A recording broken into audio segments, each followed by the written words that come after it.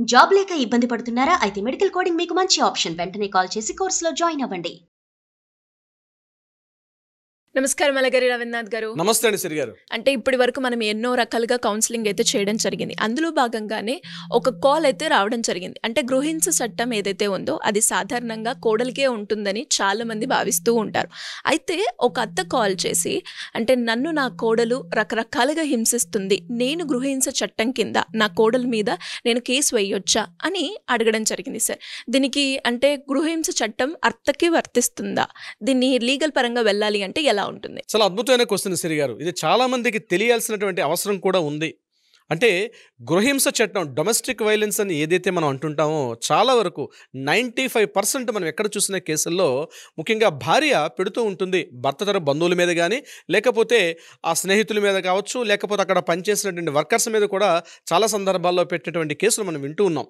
దీనికి సంబంధించి భార్య ఒక పెళ్ళి అత్తవారింటికి వెళ్ళిన తర్వాత ఈ కేసులు పెట్టడం మనకు సర్వసాధారణంగా కనిపిస్తుంటాయి. కానీ మీరు అడిగిన క్వశ్చన్ వెరీ ఇంట్రెస్టింగ్.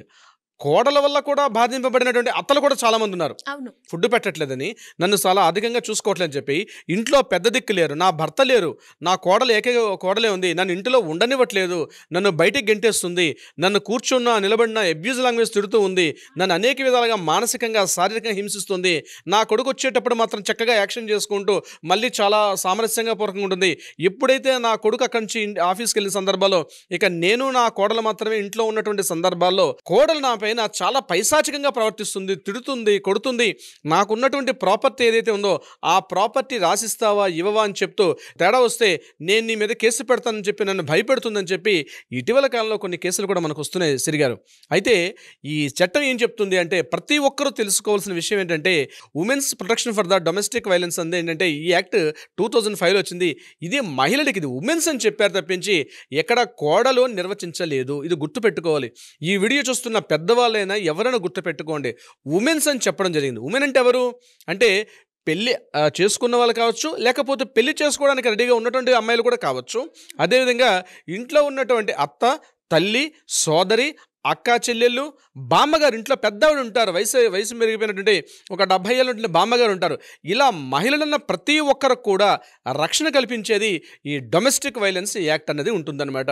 అంటే ఇది ప్రత్యేకంగా ఏం చేస్తారంటే మానసికంగా కానీ, శారీరకంగా కానీ, ఆర్థికంగా కానీ, ఇతరత్ర ఏ రకంగానైనా సరే వాళ్ళకి ఇబ్బంది పెడుతూ ఉన్న సందర్భాల్లో వాళ్ళు ఈ చట్టం ద్వారా రక్షణ పొందవచ్చు.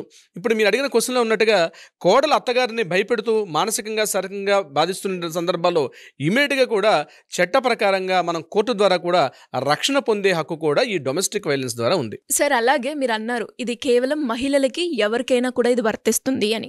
కొన్ని సందర్భాల్లో ఫాదర్ నుంచి కూడా డాటర్కి రకరకాల మానసికంగా కావచ్చు, శారీరకంగా కావచ్చు, అంటే ఇలాంటి బాధలు ఎదుర్కొన్నప్పుడు ఫాదర్ మీద కూడా పెట్టొచ్చు అంటారా?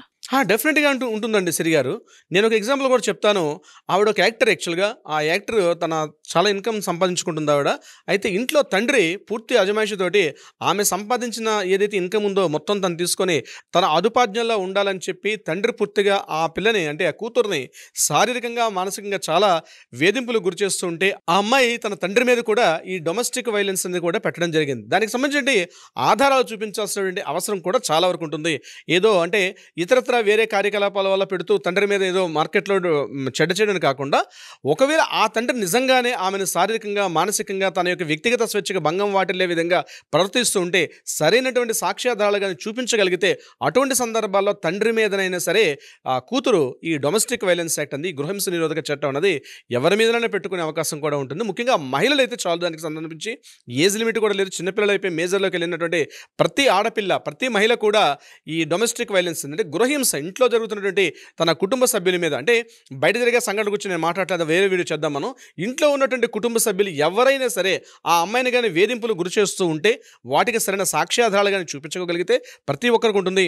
ఇది వృద్ధాప్యంలో మహిళలు, బామ్మగారు ఉంటారు, ఇంట్లో పెద్దవాళ్ళు ఉంటారు, అంటే ఏజ్డ్ పర్సన్స్, అంటే ఇందాక నేను చెప్పినట్టుగా హస్బెండ్ చనిపోయారు 30 ఏళ్ళ క్రితమే, ఆ ఇంట్లో ఉన్నటువంటి కొడుకులు, మనవలతో, ఇప్పుడు మనవరాలు ఉంటుంది, ఆ మనవరాల ద్వారా కూడా ఇబ్బందులు పడుతుంటే ఆ పెద్ద ఆవిడ బామ్మగారు కూడా తన వాళ్ళ మీద కూడా కేసు పెట్టుకునే అవకాశం ఉంటుంది. బలవంతంగా వాళ్ళ ప్రాపర్టీస్ని రాయించమని చెప్తూ వాళ్ళ మానసిక వేధింపులు గురి చేస్తున్నా, శారీరకంగా వేధింపులు గురి చేస్తున్నా, వారికి ఆ సమయంలో ఉన్నటువంటి ఆ ఏజ్ లిమిట్లో వాళ్ళకి కావాల్సిన మెడిసిన్స్ కానీ లేకపోతే ఆర్థికంగా కానీ ఏ రకంగా సహాయం చేయకపోయినా వాళ్ళు ఇమీడియట్గా మనం చట్టం ద్వారా రక్షణ పొందే హక్కు అయితే ఉంటుంది సిరి గారు. అలాగే సార్, మీరు అన్నట్టుగానే ఈ చట్టం ప్రకారంగా మహిళలకైతే రక్షణ కల్పిస్తుంది అని అర్థమవుతూ ఉంది. అందులో భాగంగానే మీరు అన్నారు, ఎన్ని రకాలుగా ఒక మహిళ రక్షణ పొందే అవకాశం ఉందంటారు సార్? దీనిలో ఏంటి, ఈ చట్టం మీద కానీ ఈ చట్టానికి సంబంధించి కానీ దగ్గరలో ఉన్నటువంటి పోలీస్ స్టేషన్లో కంప్లైంట్ చేసి కోర్టులో చేసుకున్నప్పుడు ముఖ్యంగా ఇంటి నుంచి గెంటి వేసేస్తారు చాలామంది పెద్దవాళ్ళు. అత్తగారిని ఇప్పుడు మీరు స్టార్టింగ్లో తీసుకున్నట్టుగా అత్త నువ్వు ఇంట్లో ఉండాల్సిన అవసరం లేదు, బయటకు వెళ్ళిపోయినప్పుడు ఇంటి నుంచి కూడా మెడపెట్టి గెంటేసి కోడల సందర్భంలో ప్రొటెక్షన్ ఆర్డర్ అని చెప్పి కోర్టు నుంచి మనం ప్రొటెక్షన్ ఆర్డర్ తీసుకోవచ్చు. అంటే తన కోడలు ఏదైతే తన రకంగా చేస్తున్నారో ఆమెకి కాస్త రక్షణ కల్పించే విధంగా కూడా ఒక ఆర్డర్ని తీసుకొని రావచ్చు.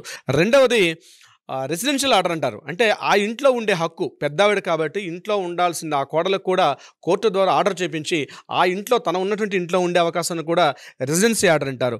మూడవది మానిటరీ ఆర్డర్ అంటారు. మానిటరీ ఆర్డర్ అంటే ఆమెకి ఏదైనా ఆర్థికంగా, ఇప్పుడు నేను చెప్పినట్టుగా ఆమె కాస్త ఆర్థికంగా కావచ్చు, ఏజ్డ్ పర్సన్ బామ్మగారు ఉన్నారు, పెద్దావిడ 70 ఏళ్ళు 60 ఏళ్ళు వృద్ధాప్యంలో ఉన్నారు, పాపం కదలలేని స్థితిలో ఉన్నారు, ఇంట్లో ఉన్నటువంటి రకరకాలుగా హింసలు పెడుతుంటే వాళ్ళకు కూడా మానిటరీ ఆర్డర్ అంటారు. అంటే వాళ్ళని మానిటరింగ్ చేసుకోవడానికి ఆ ఇంట్లో ఉన్నటువంటి మనవలు కావచ్చు, మనవరాలు కావచ్చు, కూతురు కావచ్చు, వాళ్ళని కూడా కొడుకులను కూడా పిలిపించి ఆమె బాగోగులు చూపించుకునే విధంగా వాటిని కూడా కోర్టు ఆర్డర్ ఇచ్చే ప్రయత్నం కూడా మనం చేస్తాం. ఇది కాకుండా కస్టడీ ఆర్డర్ అంటారు. ఒకవేళ చాలా పెద్దవాడు ఉన్నారు, మనవలు ఉంటారు, మనవలను కూడా ఆమెను కస్టడీలో తీసుకోమని చెప్పి కూడా కోర్టు ఆర్డర్ ఇస్తుంది. కస్టడీ ఆర్డర్ అంటే ఆస్తులు ఉన్నాయా, ఆస్తులు లేవా కాదు, ఒక సహజంగా ఉన్నటువంటి ఒక మనిషి, ముఖ్యంగా ఆ ఇంటి కుటుంబానికి ఇంట్లో పెద్ద దిక్కు ఆవిడ ఎన్నో రకాలటువంటి కుటుంబ బాధ్యతలు నెరవేర్చుకుని ఈ ఏజ్కి వచ్చేసినటువంటి ఆ పెద్దవాడికి కూడా ఆ రక్షించాల్సిన బాధ్యత మనవలకైనా మనవరాలకైనా ఉంటుంది. కాబట్టి వాళ్ళని మనవరాలను పిలిచి కూడా ఒక ఆర్డర్ చేస్తారు. దాన్ని కస్టడీ ఆర్డర్ అంటారు.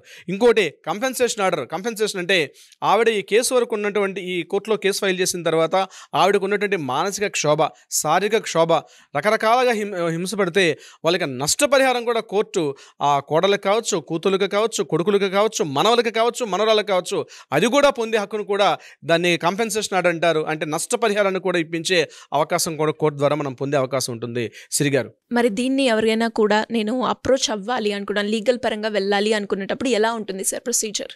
లీగల్ పరంగా వెళ్ళడానికి ఫస్ట్ ఏంటంటే దగ్గరలో ఉన్నటువంటి పోలీస్ స్టేషన్ వాళ్ళ కంప్లైంట్ చేసుకోవాలి. శ్రీ గారు, కంపల్సరీ పోలీస్ స్టేషన్ కంప్లైంట్ చేసి, లేకపోతే దగ్గరలో ఉన్నటువంటి ఏదైతే వాళ్ళు నివాసం ఎక్కడైతే స్థలం ఉన్నారో ఆ దగ్గరలో ఉన్నటువంటి ఆర్డీఓ గారికి దీనికి సంబంధించి ఒక ట్రిబ్యునల్ కూడా ఉంటుంది. ఆర్డీఓకి సంబంధించి కూడా మనం అక్కడ ఇన్ఫార్మ్ చేయాలి. వాళ్ళకి కూడా దీనికి సంబంధించి దీనికి స్పెషల్ ఆఫీసర్స్ కూడా ఉంటారు.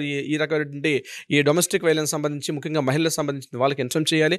అది కాకుండా మనకి ఇంకా జాప్యం అవుతుంది అనుకుంటే కోర్టులో కూడా ఆర్డర్ని ఫైల్ చేసుకోవచ్చు. శ్రీ గారు, లివ్ ఇన్ రిలేషన్షిప్ అయితే ప్రెజెంట్ ట్రెండింగ్ గా నడుస్తుంది. సో అందులో ఎవరైనా కూడా మహిళలు రకరకాలుగా ఇబ్బందులు ఫేస్ చేసినప్పుడు గృహహింస చట్టం వర్తిస్తుందా? తప్పనిసరిగా శ్రీ గారు. డొమెస్టిక్ వైలెన్స్ ఏదైతే గృహహింస నిరోధక చట్టం ఏదైతే ఉందో, డొమెస్టిక్ వైలెన్స్ గురించి ఏదైతే మనం మాట్లాడుకుంటున్నామో, ఇది కేవలం హౌస్లో ఉన్నటువంటి ఒక మహిళ పడుతున్నటువంటి బాధలకు సంబంధించిందే కాకుండా లివ్ ఇన్ రిలేషన్షిప్లో ఉన్నటువంటి మహిళ కూడా, అంటే లివ్ ఇన్ రిలేషన్షిప్లో ఉన్నటువంటి తన పార్ట్నర్ తోటి ఏదైనా ఇబ్బందులు పడుతుంటే కూడా ఆ మహిళ కూడా ఈ చట్టానికి సంబంధించి కూడా తనకి రక్షణ ఉంటుంది. అదేవిధంగా ఆ పార్ట్నర్ సంబంధించినటువంటి బంధువులు కావచ్చు, ఇతరత్ర ఆ వ్యక్తుల నుంచి కూడా ఈమె మానసికంగా కానీ, శారీరకంగా కానీ, లేకపోతే ఆర్థికంగా కూడా, సామాజిక పరంగా ఎటువంటి వివక్షతకు గురవుతున్నప్పుడు కూడా చాలా రాష్ట్రాల్లో, ముఖ్యంగా రాజస్థాన్, ఢిల్లీ, చండీగఢ్, అదేవిధంగా యూపీ, హర్యానా, మహారాష్ట్ర, పక్కన ఉండే కేరళ, తమిళనాడు, తెలుగు రాష్ట్రాలు, ఆంధ్రప్రదేశ్, తెలంగాణ, ఈ రాష్ట్రాల్లో కూడా మహిళ లివ్ ఇన్ రిలేషన్షిప్లో ఉన్నప్పటికీ కూడా గృహహింసకు కానీ గురైనట్లయితే తప్పనిసరిగా వాళ్ళ మీద కూడా మనం సెక్షన్స్ పెట్టుకోవచ్చు. వాళ్ళ నుంచి కూడా రక్షణ పొందే హక్కు అయితే ఉంటుంది. సిరిగారు, సార్ మీరు అన్నట్టుగానే గృహహింస చట్టంలో ఎవరైతే మహిళలు అనేక రకాలుగా బాధపడుతూ ఉన్నాము, గృహహింస చట్టం మేము వెయ్యాలి అనుకుంటున్నాము, లీగల్ పరంగా వెళ్ళాలి అనుకునేటప్పుడు మీ గైడెన్స్, మీ సపోర్ట్ కావాలి అంటే ఏ రకంగా మిమ్మల్ని అప్రోచ్ అయ్యే ఛాన్స్ ఉందంటారు సార్? తప్పనిసరిగా సిరి గారు, దీనికి సంబంధించి ఎవరైనా గృహహింసల మహిళలు గృహహింసకు కానీ గురవుతున్నటువంటి పక్షంలో ఇమ్మీడియట్గా కింద స్క్రోల్ అవుతున్న నెంబర్ని కాంటాక్ట్ చేయగలిగితే, అట్లీస్ట్ వాట్సాప్లో డీటెయిల్స్ పెట్టగలిగిన బట్ ఇమ్మీడియట్గా మన లీగల్ టీం వాళ్ళకి అప్రోచ్ అవుతారు, సరైన సలహా సంప్రదింపులు చేసే ప్రయత్నం చేస్తారు. అది కాకుండా న్యాయపరంగా ఏదైనా పరిష్కారం కావాలంటే కూడా ఆ విధంగా కూడా పరిష్కారం చేసే ప్రయత్నం చేస్తారు. బట్ అపాయింట్మెంట్ తీసుకొని ఇమ్మీడియట్గా సంప్రదించండి. Thank you sir, thank you so much. Thank you so much అండి. సుమన్ టీవీలో మీ పర్సనల్ అండ్ బిజినెస్ ప్రమోషన్స్ కోసం కింది నెంబర్కి కాంటాక్ట్ చేయండి.